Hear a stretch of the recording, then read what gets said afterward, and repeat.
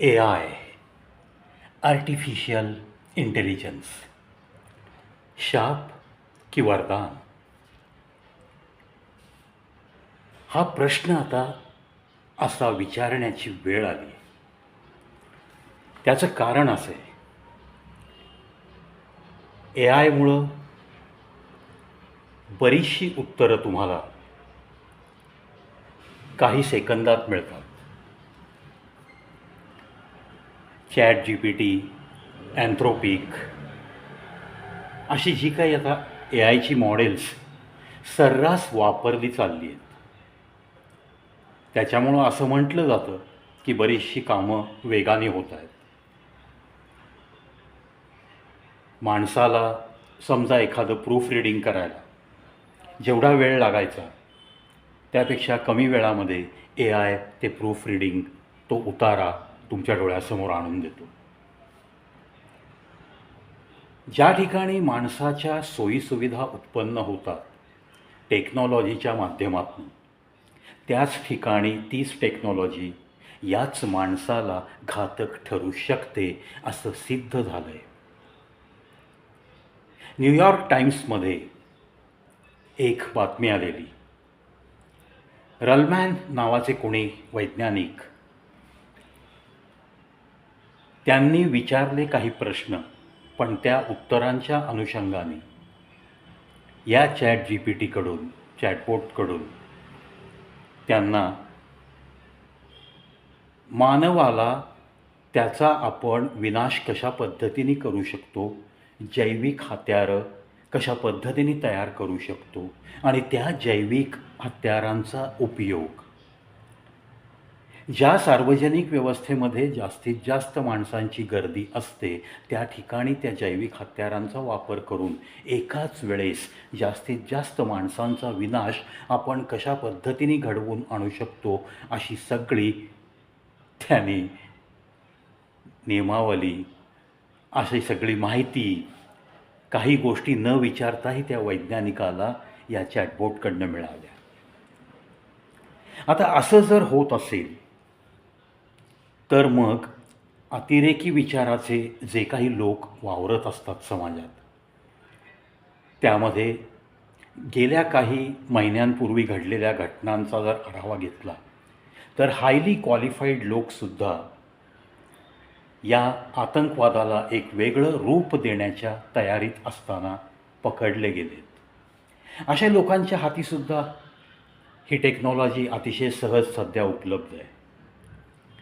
मग असं जर जैविक हत्यारं करण्याचा फॉर्म्युला, ती कशा पद्धतीने तयार करायची, त्याच्यापासून या मनुष्यजातीचा विनाश कसा घडवून आणायचा, अशी जर सगळी तुम्हाला एक फ्रेम नेटवर्क मिळत असेल तयार, तर त्याचा बुद्धिमान अतिरेकी या माणसांच्या विनाशासाठी वापर करणार नाहीत कशावरून?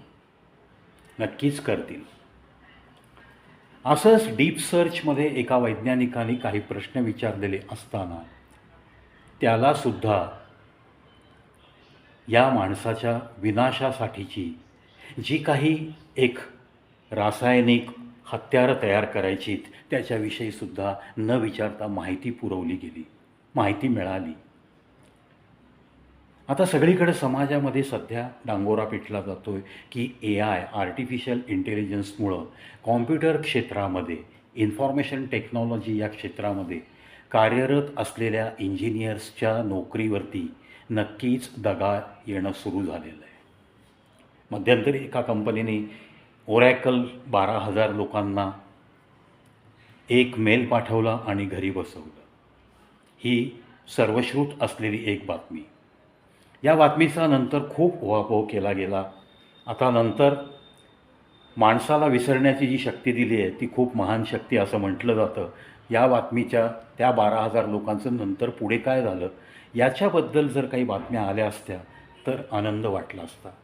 त्यांचं नक्की काही पुनर्वसन झालं की नाही, त्यांना नक्की दुसऱ्या कंपन्यांमध्ये काही अकोमोडेशन मिळालं की नाही, त्या परिवारावरती ही जी बेकारीची कुऱ्हाड कोसळली होती त्याच्यातनं तो परिवार आता स्थिरावला आहे किंवा नाही, तिथं त्यांच्या एम्प्लॉयमेंटची काही सोर्स निर्माण झाला आहे का नाही, त्यांचं जीवनचक्र पुन्हा सुरू झालं आहे का नाही, का मग ते अजूनही खितपत पडलेत, कोणी नैराश्याच्या गर्तेत गेलं आहे का, कुणावरती असलेल्या जबाबदाऱ्या त्याच्यामुळं तो एकदम हबकून गेला का, केली का, मुलं मुली अशा बऱ्याचशा एम्प्लॉईजना काढून टाकल्याचं समजलं.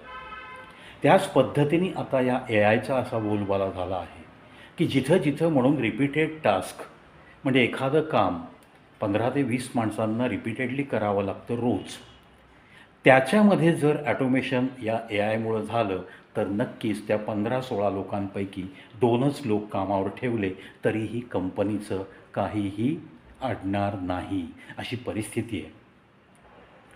असाच प्रकार सगळ्यात एक मोठी कंपनी आहे कॉग्निझंट. त्या कंपनीनेसुद्धा आता हळूहळू ठरवलेलं आहे की जे काही 3,57,000 त्यांचे कर्मचारी जगभर काम करत आहेत, त्यापैकी जे काही हजारो कर्मचारी इंडियामध्ये, आपल्या या भारतात बेंगलोर, हैदराबाद, दिल्ली, मद्रास अशा ठिकाणी कार्यरत आहेत, अशा लोकांमधून लागूपुरतेच लोक त्या कंपनीत राहतील आणि जिथं जिथं म्हणून AIचा वापर करून कंपनी सहज साध्य कामं करू शकत असेल तिथं तिथं एम्प्लॉईजवरती नक्कीच बेकारीची कुऱ्हाड कोसळणार आहे. म्हणजेच या टेक्नॉलॉजीच्या सुधारणेच्या मागे माणसाची सोय सुविधा सगळं झालं आहे, कबूल आहे, परंतु नाण्याची दुसरी बाजू अशी आहे की ह्याच्यातनं अशा काही घातक गोष्टीसुद्धा पुढे येऊ लागल्यात. आता रासायनिक हत्यारं कशी तयार करायची हे जर तुम्हाला आर्टिफिशियल इंटेलिजन्सच्या एखाद्या चॅटबॉटकडनं जर मिळत असेल तर तुम्ही सांगा, आज स्मार्टफोनची संख्या किती आहे? प्रत्येक व्यक्तीकडे जवळपास आहे स्मार्टफोन. तो ॲक्सेस करू शकतो या ChatGPTला, चॅटबोटला. या काही डीप सर्च वगैरे हे काही आहे, अँथ्रोपिक आहे, जेमिनी आहे, ही सगळी AIची टूल्स तो सहजरित्या हँडल करू शकतो, वापरू शकतो. पण त्याचा हा सकारात्मक वापर करेलच असं काही सांगता येणार नाही, अशीच आता परिस्थिती निर्माण झाली आहे. त्याच्यामुळे नक्की या टेक्नॉलॉजीचा सकारात्मक वापर करून माणसाच्या उद्धारासाठी, माणसाच्या कल्याणासाठी, या मानवजातीच्या कल्याणासाठी जर उपयोग होणार असेल तरच त्या टेक्नॉलॉजीला आपण वरदान असं म्हणू शकतो. आणि जर याच्या विरुद्ध काही गोष्टी घडत असतील, म्हणजे त्या टेक्नॉलॉजीचा वापर करून जर माणसालाच घातक गोष्टी याचा सामना करावा लागणार असेल, त्याची बेकारी होणार असेल, त्याच्या नोकऱ्या जाणार असतील किंवा त्याच्या जीवाला धोका निर्माण होणार असेल, या समाजातल्या सार्वजनिक जी काही आपली ट्रान्सपोर्टेशन सिस्टीम आहे, वाहतूक व्यवस्था आहे, त्याच्यामध्ये जी गर्दी असते त्या गर्दीवरती जर प्रयोग करायचा ठरवला, अशा पद्धतीने रासायनिक हत्यारं करायची, तयार करायची आणि त्याचा वापर करण्यासाठी एक टीम नेमून टाकायची आणि एकदा मोठ्या मोठ्या अशा गर्दी, म्हणजेच अनेक माणसांचा जीव एकाच वेळेस कसा घेता येईल याकडे पाहायचं, अशा पद्धतीने जर आतंकवादी या गोष्टींचा वापर करू लागले तर मात्र आपल्या या समाजामध्ये या घातक गोष्टी सतत घडत राहण्याची एक शक्यता निर्माण झाली आहे. म्हणूनच AI, आर्टिफिशियल इंटेलिजन्स हे शाप की वरदान हे आता ज्याच्या त्याच्या वागण्यातनं जे काही आहे पुढच्या आयुष्यात समोर आपल्याला नक्कीच दिसायला लागेल.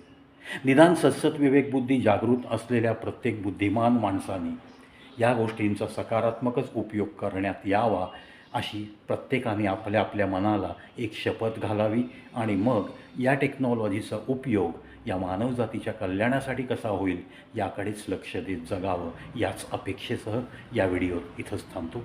याच विषयावर पुन्हा एकदा भेटूयात, आपण जास्त डिटेल चर्चा करूयात आर्टिफिशियल इंटेलिजन्सच्या बाबतीत.